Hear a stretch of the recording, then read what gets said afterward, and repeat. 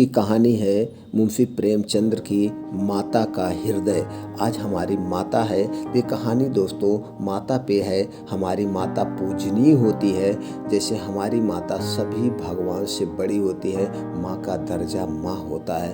तो दोस्तों ये कहानी शुरू करने के पहले कहानी में हम खो जाएं, चैनल को सब्सक्राइब करके बेल आइकॉन का बटन ऑन कर दीजिए, जैसे कोई भी अपलोड करें वीडियो उसकी नोटिफिकेशन आप तक आ जाए। माधवी के पति 22 साल पहले मौत हो गई थी। उसके पास कोई धन दौलत नहीं थी और संपत्ति के नाम पर सिर्फ एक बेटा था जो इस वक्त जेल में बंद था। अब उसने अपने उस घर में वो अकेली पड़ी रहती थी और उसके आंसू तक पोंछने वाला कोई नहीं था। माधवी ने बड़ी दुख तकलीफों को झेलते हुए अपने बच्चे को पाल पोस कर बड़ा किया था। अगर माँ बेटे को जुदा करने वाली मौत होती तो माधवी सब्र कर लेती और उसके मन में किसी के लिए कोई क्रोध ना होता, लेकिन उन्हें जुदा करने वाले तो कोई और थे जिनके अत्याचार को सहना उसके लिए मुश्किल हो रहा था। माधवी के मन में बार बार उन स्वार्थियों से बदला लेने का विचार घूम रहा था कि मैं उन लोगों से कैसे बदला लूं। माधवी के लिए उसका बेटा ही सब कुछ था, जिसे देखकर ही उसे जिंदगी में आगे बढ़ने का हौसला मिलता था। माधवी का बेटा सुंदर होने के साथ साथ ही बहुत होनहार भी था। माधवी ने उसकी अच्छी परवरिश की थी। उसकी गली के सारे लोग उसके बेटे की तारीफ किया करते थे कि कितना अच्छा था। उसके तारीफ करते हुए कोई कभी थकता नहीं था और आज यहाँ तक कि स्कूल के अध्यापक तक उस पर जान छिड़कते थे। माधवी के बेटे का नाम आत्मानंद था। आत्मानंद से दूसरों की दुख तकलीफें देखी नहीं जाती थी और लोगों की मदद करने के लिए वह हमेशा तत्पर रहता था। उसे देखकर कोई सोच भी नहीं सकता था कि वह कोई अपराध कर सकता है। माधवी भी यही सोचकर तड़पते हुए दिन काट रही थी कि आखिर उसका क्या अपराध था। आत्मानंद ने गुणों का भंडार था। वह साहसी, निस्वार्थ और देश प्रेमी होने के साथ साथ कर्तव्य का पालन करने वाला इंसान था। साथ ही वह राजनीति में रुचि रखता था। वह बेबाक था और अपने राजनीतिक लेखों की वजह से सरकारी कर्मचारियों की नजरों में आ गया था। पुलिस भी उसकी हरकतों पर नजर रखती थी। पुलिस बस एक मौके की तलाश में थी ताकि वह उसे जेल की सलाखों के पीछे डाल सके। जिले में पड़े एक डाके ने उसे उन सभी लोगों को आत्मानंद को फंसाने का अवसर दे दिया जो उसे पसंद नहीं करते थे। डाके के तार जुड़े होने का हवाला देकर आत्मानंद के घर की तलाशी ली गई, जहां मिले कुछ पत्रों व लेखों को डाके का मुख्य कारण बताते हुए उसे गिरफ्तार कर लिया गया। अपने आरोपों को सिद्ध करने के लिए पुलिस ने कुछ और युवकों को भी गिरफ्तार कर लिया और आत्मानंद को गिरोह का मुखिया करार दे दिया गया। जिसके बाद महीने भर तक मुकदमा चला और ना जाने कहां से पुलिस ने ऐसे झूठे गवाह सामने लाकर खड़े कर दिए कि कोर्ट ने आत्मानंद समेत कई युवकों को दोषी करार दे दिया और 4 साल के कठोर कारावास की सजा सुना दी गई। बेटे की यह हर सुनवाई में जा रही माधवी ने देखा कि इंसान का चरित्र कितना नीच हो सकता है। वह अपने स्वार्थ के लिए किसी को भी हानि पहुंचाने से नहीं चूकता है। अपने बेटे को हथकड़ियों में पुलिस द्वारा जेल ले जाते देख माधवी वहीं बेहोश होकर गिर गई, जिसके बाद कुछ भले लोगों ने उसे तांगे पर बैठाकर घर तक पहुंचाया। माधवी को जब होश आया तो उसे पूरा बकाया याद आया। अपने इकलौते सहारे से दूर होने का गम उसे खाए जा रहा था, जो उसे एक पल भी चैन की सांस तक लेने नहीं दे रहा था। कोई रास्ता न सूझने पर माधवी ने अपनी वेदना को ही प्रतिशोध में बदलने का फैसला लिया और उसके बेटे की यह दुर्दशा करने वालों से बदला लेना ही अपने जीवन का मकसद बना लिया। माधवी के मन में भी प्रतिशोध की ज्वाला धधक रही थी। वह बस यही सोच रही थी कि ऐसा क्या करेगी जिससे उन अत्याचारियों से बदला लिया जा सके। देर रात तक माधवी सोचती रही कि विधवा जीवन जीते 22 साल बीत गए हैं, लेकिन अब उसे बाहर निकलना होगा। अपने अंतर मन से माधवी कहने लगी कि इस दुनिया में अच्छे कर्मों की कोई जगह नहीं हो सकता है। ईश्वर ने भी निराश होकर हमसे मुंह फेर लिया है। तो ऐसे में उन अत्याचारियों को दंडित करने के लिए उसे ही कदम उठाना होगा। शाम का वक्त था। लखनऊ में एक बड़ा सा बंगला झिलमिलाती लाइटों से सजा था, जहां दोस्तों की महफिल सजी थी और गाना बजाना हो रहा था। एक ओर मेज आतिशबाजियों से सजी थी तो दूसरी और तरह तरह के पकवान रखे थे। बंगले के चारों ओर पुलिसकर्मी तैनात थे, क्योंकि वह बंगला पुलिस सुपरिंटेंडेंट मिस्टर बागची का था। बागची ने एक बड़ा मार्क का केस जीता था, जिससे खुश होकर अफसरों ने उन्हें तरक्की दी थी, जिसकी खुशी के जश्न मनाया जा रहा था। मार्क का केस जिसमें पुलिस बेगुनाह युवकों को झूठे केस में फंसाकर जेल में भर देती थी। यहाँ आए दिन उत्सव होते ही रहते थे। महफिल में रौनक बढ़ाने के लिए मुफ्त में गाने बजाने वाले, आतिशबाजियाँ और आधे दामों पर मिठाइयाँ व फल फूल उन्हें आसानी से मिल जाते थे। दौड़ धूप करने के लिए सिपाहियों की एक टुकड़ी हर वक्त उनके घर पर तैनात रहती थी। महफिल में गाने बजाने का कार्यक्रम समाप्त होने के बाद मेहमान अब भोजन करने लगे थे। दुकान से दावत का सामान ढोने वाले मजदूर उन्हें कोसते हुए वहां से चले गए थे। बस बाकी बचे मजदूरों के साथ एक बूढ़ी औरत वहां पर काम कर रही थी। वो बूढ़ी औरत चेहरे पर हल्की मुस्कान लिए अपने काम में मग्न थी। वह महिला और कोई और नहीं बल्कि माधवी थी, जो बदला लेने के लिए मजदूर बनकर काम कर रही थी। महफिल खत्म होते होते सभी मेहमान जा चुके थे। इक्के दुक्के मजदूर बचा हुआ खाना समेट रहे थे। माधवी एक कोने में चुपचाप बैठी हुई एकटक सभी को देखी जा रही थी। सहसा मिस्टर बागची की नजर माधवी पर पड़ी तो वो उसके पास पहुंचे और बोले, तुम अब तक यहाँ क्या कर रही हो? कुछ खाने के लिए मिला या नहीं मिला? माधवी ने नजर उठाकर बागची को देखकर कहा, साहब खाना तो मिल गया, लेकिन मेरे पास जाने के लिए कोई जगह नहीं है।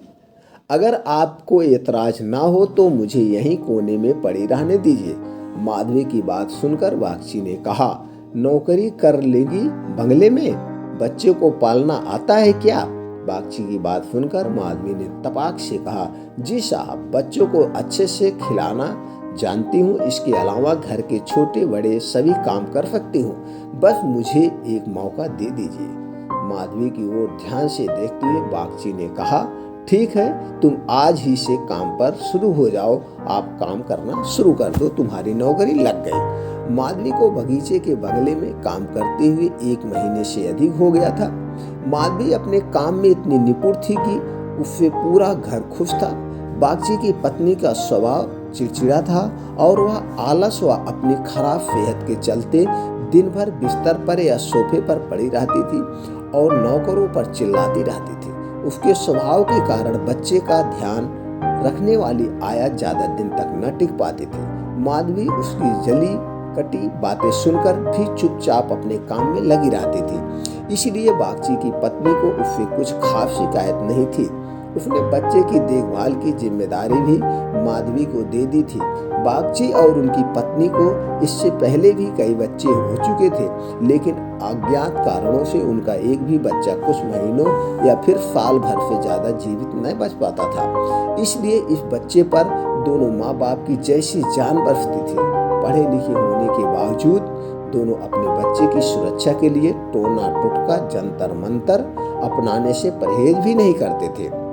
बच्चा माधवी के पास ही ज्यादा समय बिताता था। इस वजह से वह माधवी से काफी ज्यादा घुल मिल गया था। अगर माधवी कुछ देर के लिए भी उसकी नजरों से दूर हो जाती तो बच्चा जोर जोर से रोने लगता। बच्चा माधवी को ही अपनी माँ समझता और वह साथ साथ खेलता भी और खिलाती भी। वह दूध पिलाती तो पीता और फुलाती तो सोता था। तो उसे हमेशा नींद आती तो माधवी उसे फुलाती थी। अपने पिता को तो बच्चा जैसे कोई अजनबी समझता और माँ उस पर ध्यान ही नहीं देती थी। माधवी को लगा था कि बड़े घर में काम करने से तनख्वाह अच्छी खासी मिल जाएगी, जिससे महीने का खर्च पूरा हो जाएगा। लेकिन यहाँ तो नौकरों से हर एक पैसे का हिसाब लिया जाता है। एक दिन बच्चे को गोद में उठाए माधवी ने मालकिन से कहा कि बच्चे के लिए कोई खिलौना गाड़ी मंगवा देती तो अच्छा होता। माधवी की बात सुनकर मिसेज बॉक्ची ने कुंठित स्वर में कहा, कहाँ से मंगवाऊं इसके लिए खिलौना गाड़ी? हाथ में रुपए भी तो होने चाहिए। इसका खिलौना 10-20 रुपए में आएगा और इतने रुपए कहाँ हैं हमारे पास? माधवी ने मिसेज बॉक्ची और गौर से देखते हुए कहा, मालकिन खिलौना ही तो है। माधवी की बात सुनकर मिसेज बॉक्ची ने कहा, अब तुमसे क्या छुपाना, दरअसल तुम्हारे मालिक की पहली पत्नी से 5 बेटियां हैं जो इलाहाबाद के एक स्कूल में पढ़ रही हैं। 5 कुंवारी हैं और उनकी पढ़ाई लिखाई और दूसरे के खर्चों इनका आधा वेतन चला जाता है। ऊपर से लड़कियों की शादी करवाने के लिए कम से कम 25,000 रुपए लगेंगे। अब कहाँ से आएंगे इतने पैसे? मिसेज बॉक्ची की बातें सुनकर माधवी बोल पड़ी, मालकिन को घूस भी तो मिलती होगी। मालिक तो घूस भी लेते होंगे, घूस कहाँ जाता है मालकिन? माधवी यह कहकर चुप हो गई। मिसेज बॉक्ची ने गहरी सांस भरते हुए कहा, ऐसी कमाई में बिल्कुल बरकत नहीं होती है। काली कमाई का पैसा एक हाथ आता है तो दूसरे हाथ चला जाता है। जैसे जैसे दिन बीतते जा रहे थे, माधवी के मन में उस बच्चे के लिए स्नेह और भी बढ़ता चला जा रहा था। कभी कभी बदला लेने की बात याद आती तो वह क्रोध से भर जाती और फिर बच्चे को देखकर शांत हो जाती। वहां रहते हुए माधवी मिस्टर बॉक्ची के परिवार की स्थिति से वाकिफ हो गई थी। कई बार तो वह अपना दर्द भूलकर उनके परिवार के लिए चिंतित हो जाती थी और उसका मन दया से भर उठता था। माधवी सोचती रहती, मालकिन आखिर 5 बेटियों की शादी कैसे कराएंगे? ऊपर से पत्नी बीमार रहती है और बच्चा छोटा है। जरूर उनके परिवार पर अभिशाप है, वरना इतना सब होने के बावजूद कौन दुखी रहता है? कमजोर बच्चों के लिए बरसात तो बीमारियां लेकर आती ही है। बरसात में उन्हें अक्सर खांसी, जुखाम और बुखार घेर लेता था। ऐसी ही बरसात में माधवी एक दिन किसी काम से अपने घर चली गई। पीछे से बच्चे ने रो रो कर पूरा घर सिर पर उठा लिया। कुछ देर गोद में उठाने के बाद मिसेज बॉक्ची ने एक नौकर को उसे टहलाने के लिए सौंप दिया। कुछ देर आंगन में घुमाने के बाद नौकर ने बच्चे को हरी घास पर बिठा दिया। बारिश से पानी में गीली थी, बच्चा वो जमीन बहुत गीला था। बच्चा ऐसे ही कई घंटों तक पानी में खेलता रहा। वह नौकर दूसरे नौकरों के साथ गप्पे हाँकने में मस्त हो गया। काफी देर बाद जब नौकर को ध्यान आया तो वह बच्चे को फटाफट भीतर ले गया और उसके कपड़े बदलवाए। शाम होते ही जुखाम से बच्चे की नाक बहने लगी और खांसी से गले में आवाज अजीब होने लगी और उसके गला बैठ गया। देर शाम जब माधवी बंगले में पहुंची तो बच्चे की हालात देखकर उसका कलेजा फटने लगा। वह बच्चे को लेकर तुरंत मालकिन के पास पहुंची और कहा, देखो जरा बच्चे का क्या हाल हो गया है, कहीं से सर्दी तो नहीं लग गई है? बच्चे की हालात देखकर मालकिन भी हक्की बक्की रह गई, क्योंकि वह ऐसा मंजर पहले भी देख चुकी थी।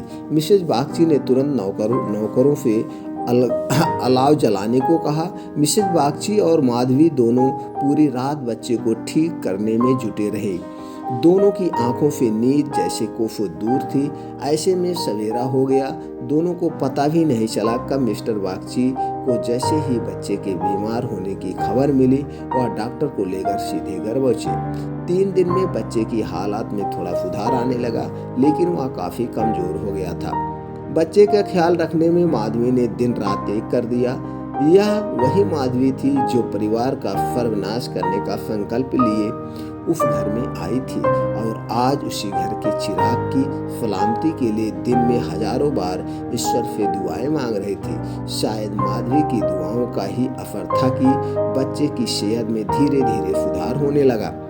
एक सुबह मिस्टर बॉक्ची बच्चे के झूले के पास बैठे हुए थे और मालकिन सिर दर्द के कारण चारपाई पर पसरी हुई थी। माधवी पास में ही बैठी बच्चे के लिए दूध गर्म कर रही थी। माधवी की ओर देखते हुए मिस्टर बॉक्ची ने कहा, हम जब तक जिएंगे तुम्हारे एहसान के तले दबे रहेंगे। यह तुम ही हो जो बच्चे को मौत के मुंह से खींच लाई हो, वरना हम तो उम्मीद ही हारने लगे थे। इतने में मिस्टर बॉक्ची भी उठकर पास आ गई और माधवी से कहा, तुम एक देवी बनकर हमारे जीवन के कष्ट हरने के लिए आई हो। अगर आज अगर तुम ना होती तो पता नहीं क्या अनर्थ हो जाता। मेरी तुमसे एक विनती है, वैसे तो जीना मरना सब ऊपर वालों के हाथ में है, लेकिन तुम्हारे हाथ में जरूर संजीवनी है। मेरी जो किस्मत की अभागी है, पर हो सकता है तुम्हारे पुण्यों से मेरे बच्चे की जान बच जाए। माधवी चुपचाप मिसेज बागची की बातें सुन रही थी। मिसेज बागची रुआसी आवाज में कहने लगी, सच कहती हूँ, अब तो बच्चे को गोद में उठाने तक से मुझे डर लगता है।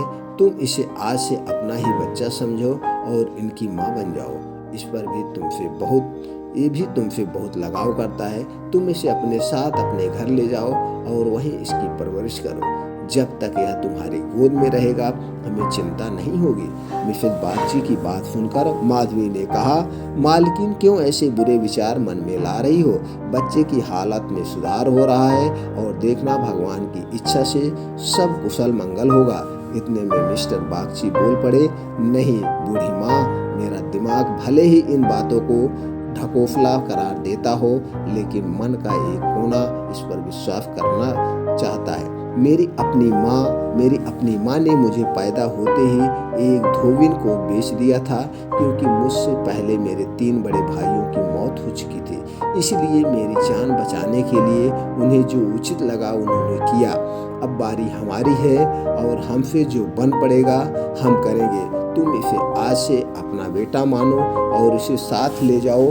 हमें जब भी इससे मिलने का मन होगा चले आएंगे, और खर्च भी की चिंता मत करना। इसकी पूरी परवरिश का खर्चा हम समय समय पर तुम्हें भेजते रहेंगे। मिस्टर बागची ने कहा, मैं जिस पेशे से हूँ, मुझे ना चाहते हुए भी कई कुकर्म करने पड़ते हैं। झूठी शहादतें बनकर निर्दोषों को फंसाना पड़ता है। उनकी और उनके परिवारों की ना जाने कितनी बददुआएं मेरे सिर पर हैं। मैं जानता हूँ कि बुराई का फल कभी अच्छा नहीं हो सकता, लेकिन मैं लोभ में आ ही जाता हूँ। अगर मैं ये सब ना करूँ तो नालायक करार देकर निकाल दिया जाऊँगा। अंग्रेजों को जहाँ 100 खून भी माफ़ होते हैं, लेकिन हम हिंदुस्तानियों की एक गलती भी हमें भारी पड़ सकती है। इसलिए मेरी विनती है कि हमारे बेटे को स्वीकार कर लो। माधवी को उस बच्चे से बेहद लगाव था, इसलिए वह खुशी मान गई। गदगद होते हुए माधवी ने कहा, आप दोनों की अगर यही इच्छा है तो मैं बच्चे को अपनाने के लिए तैयार हूँ। मुझसे जो बन पड़ेगा मैं करूँगी। मेरी भगवान से बस यही दुआ है कि हमारे बच्चे को वो अमर करें। बड़ी देर में बच्चा आराम से झूले में सो रहा था। चादर से उसका मुंह ढका हुआ था। माधवी ने दूध गर्म कर बच्चे को पिलाने के लिए जैसे ही उसके मुंह से चादर को हटाया, उसके मुंह से जोर से चीख निकली। बच्चे का शरीर पूरी तरह ठंडा हो चुका था और चेहरा पीला पड़ा था। माधवी ने जल्दी से बच्चे को गोद में उठाकर सीने में चिपका लिया और जोर जोर से रोने लगी। बालक सभी को छोड़कर भगवान के पास जा चुका था। दिन भर पूरे घर में मातम पसरा रहा और रोने की चीख पुकारों से जैसे पूरा घर कौंध गया हो। मिस्टर बागची और उनकी पत्नी का भी रो रो कर बुरा हाल था। माधवी जो खुद बच्चे को खोने के दर्द से तड़प रही थी, उन दोनों को सांत्वना दे रही थी। माधवी उनसे कह रही थी, अगर उसके बस में होता तो अपने प्राण देकर भी बालक को बचा लेती, लेकिन ऐसा संभव नहीं है। माधवी जो अपना बदला लेने आई थी, ममता के बंधन में बंध स्वयं दुख लेकर जा रही है। सच कहते हैं कि माँ का दिल दया का सागर होता है। सच कहते हैं माँ का दिल दया का सागर होता है। माँ का दिल सबसे बड़ा दिल होता है। माँ वह देवी है जिसकी निर्मलता को कोई भी मैला नहीं कर सकता है। दोस्तों, इस कहानी से हमें क्या सीख मिलती है? हमारी माँ हमारी सब कुछ है, भगवान है, भगवान से बढ़कर भी है। कहानी से हमें यही सीख मिलती है, माँ की ममता का पूरी दुनिया में कोई मोल नहीं है। माँ अपने बच्चों की तड़प नहीं देख सकती और बच्चे की ममता के आगे वह अपना सारा क्रोध भूल जाती है। वही यह कहानी या सीख भी देती है कि इंसान को कभी लालच नहीं करनी चाहिए और न ही किसी को दुख देना चाहिए। अब अगर आप दुख दोगे किसी को तो जाने अनजाने में आपको आपके परिवार में वह दुख वापिस होकर आता ही है। दोस्तों, अगर ये कहानी आपके दिल को छू गई हो और ये कहानी आपको लगता है नहीं, ये कहानी में सच्चाई है और यह कहानी नहीं एक हकीकत है, तो दोस्तों ये वीडियो जितना हो सके, जितने लोगों तक पहुंचाया जा सके उतना तक पहुंचाइए, जिससे अगर किसी का एक भी दिल आप इस वीडियो से दोस्तों सुधर जाता है, उनकी मानसिक आदत सुधर जाती है, उनका विचार बदल जाता है और माँ की सेवा करते हैं, तो दोस्तों बहुत बड़ा पुण्य मिलेगा। तो दोस्तों वीडियो ज़्यादा से ज़्यादा शेयर करें। फिर मिलते हैं ऐसे और एक कहानी के साथ अगले वीडियो में। तब तक के लिए जय हिंद, जय भारत।